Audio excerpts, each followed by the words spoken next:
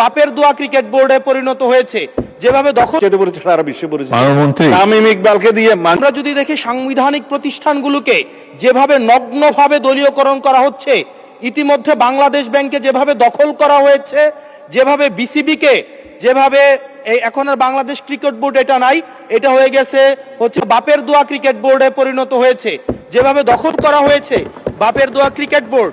এবং আমি যখন এই জায়গায় কথা বলছি, ঠিক এই মুহূর্তে 28 জন বিচারককে মাননীয় স্পিকার তাদেরকে শোকজ দেওয়া হয়েছে।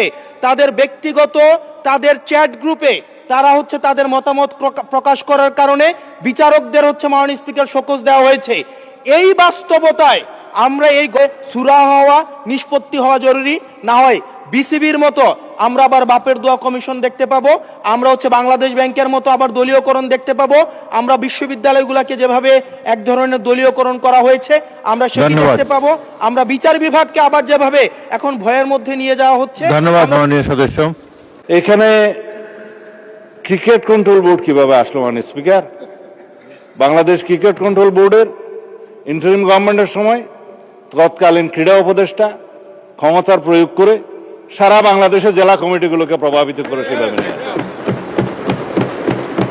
বাংলাদেশে যেগুলো রেজিস্টার্ড ক্লাব ছিল তাদের কাউন্সিলরদেরকে তাদেরকে প্রভাবিত করে সরকারি ক্ষমতার প্রয়োগ করে এবং হাইকোর্টে যে রিটটা দাখিল করা হয়েছিল সেটা হার্ড না করে পেন্ডিং রেখে, এখনো still it is pending with the chamber court I think, করে সর্বোচ্চ ক্ষমতা প্রয়োগ করে একতরফাভাবে ক্রিকেট বোর্ডের একটা বোর্ডিং করা।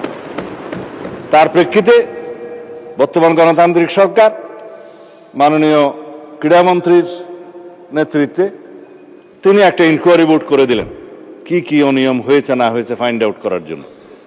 সেই তদন্ত কমিটি রিপোর্ট প্রদান করার পরে তারা ডিক্লেয়ার করলো এখানে যথেষ্ট অনিয়ম হয়েছে, আরো অনেক কথা আমি বলতে পারতাম, বলছি না। তারপরে সেটা ডিজলভ হয়েছে, ডিজলভ হওয়ার পরে একটা ক্রিকেট কন্ট্রোল বোর্ড হয়েছে, আহ্বায়ক কমিটি হয়েছে, অ্যাডক কমিটি। কাকে দিয়ে হয়েছে? এই দেশের কৃতি ক্রিকেটার, বাংলাদেশে সবচেয়ে পরিচিত, সারা বিশ্বে পরিচিত তামিম ইকবালকে দিয়ে। মাননীয় স্পিকার, আমি জানি আপনার সময় নষ্ট করছি, কিন্তু ফর রেকর্ড আপনি জুলাই অভ্যুত্থান সুরক্ষা এটার উপর বলেন। ক্রিকেট কন্ট্রোল বোর্ডের ক্রিকেট বোর্ডের অ্যাডক কমিটিটা করা হয়েছে। আমরা এখানে কোনো বাপের দোয়া মায়ের দোয়া করি না। এখন এতদিন পর্যন্ত শুনতাম মায়ের দোয়া পরিবহন আছে, আজকে মাননীয় সদস্যের কল্যাণে দেখলাম বাপের দোয়া কমিটিও আছে। যাই হোক, মানবাধিকার কমিশন নিয়ে উনি কথা বলেছেন, এটা বলতে হয়, জাতির কাছে কিন্তু ভুল রিপোর্ট যাচ্ছে মাননীয় স্পিকার। 3 মাসের ভিতরে ক্রিকেট কন্ট্রোল বোর্ড ইলেকশন দেবে তারা বিধি মোতাবেক।